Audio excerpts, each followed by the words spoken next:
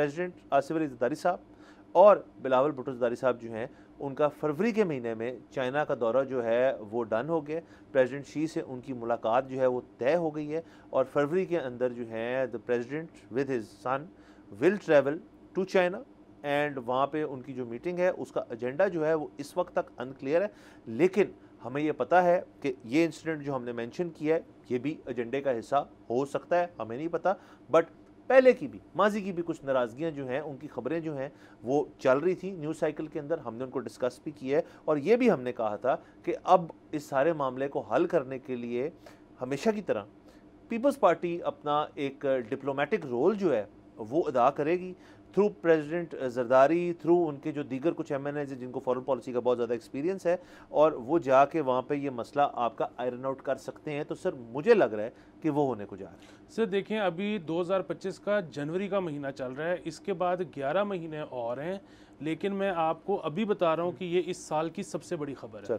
देखिए, आप मेरे साथ आर्ग्यू ही नहीं कर सकते कि इस वक्त दुनिया के जो दो सबसे ज़्यादा पावरफुल लोग हैं वो उनमें से एक ट्रंप साहब हैं और एक शी पिंग साहब हैं, ठीक है। अच्छा, और पाकिस्तान के अगर आप पॉइंट ऑफ व्यू से सोचें तो क्योंकि अमेरिका तो हमें ना आजकल एड दे रहा है, ना हमारे साथ कोई सरकारी तौर पे या रियासती तौर पे कारोबार कर रहा है, तो मतलब ठीक है कि IMF के साथ हमारा एक चल रही है डील और उसमें कोई 17% की वेटेज अमेरिका की है, लेकिन अदरवाइज़ हमारे को उनसे उस तरह के ताल्लुकात नहीं है। On the other hand China जो है वो तो हमारे जो लोन्स हैं उनको भी बार बार रोल ओवर कर रहा है। उसके अलावा हमारा CPEC चाहे सुस्त है चाहे तेज़ है, बहरहाल चल रहा है, फेज़ 2 की बात हो रही है। फिर वहाँ पर बहुत सारे प्राइवेट इन्वेस्टर्स पाकिस्तान आ रहे हैं, तो चाइना और सर IMF भी बहुत डिपेंडेंट है इस पर्टिकुलर रोल ओवर्स पे जो आपका मेन 7 बिलियन का है। एग्जैक्टली। और फिर इस वक्त जो वो एक मसला फंसा हुआ है कि क्या हम IMF के पैसों से डेट चाइना का क्लियर कर सकते हैं, नहीं कर सकते। फिर अगेन हम अभी तो हमने जो दूसरे कई और IPP से तो रीनेगोशिएट किया है, अब वी ऑल्सो वांट कि ये CPEC के तनाजुर में जो IPPs बने थे हम उनसे भी रीनेगोशिएट करना चाहते हैं। सो अगेन मेरे ख्याल में पाकिस्तान के तनाजुर में तो शी पिंग से ज़्यादा अहम शख्स इस वक्त दुनिया में कोई नहीं है। अच्छा, उनके साथ अगर मीटिंग तय हो जाना, देखें चाइना तो वफ्द आते जाते रहते हैं। अभी थोड़े दिन पहले भी शायद हमारे प्राइम मिनिस्टर भी गए थे, शायद हमारी CM साहिबा भी गई थी, लेकिन शी पिंग से नहीं टाइम मिलता। देखें अभी वो मतलब अमेरिका ने ट्रंप साहब की हल्फ बर्दारी की जो तकरीब थी उसमें भी शी पिंग साहब को बुलाया था, तो वो खुद नहीं गए, उनके वाइस प्रेसिडेंट गए। तो शी पिंग साहब से जो मिलना है ना वो एक बहुत मुश्किल चीज़ है। तो वो अगर हो गई है, अगेन देखें पाकिस्तान में तो जिस तरह का सिस्टम है उसमें जो सबसे ज़्यादा ताकतवर आदमी है या जिसको होना कम से कम चाहिए वो प्राइम मिनिस्टर है।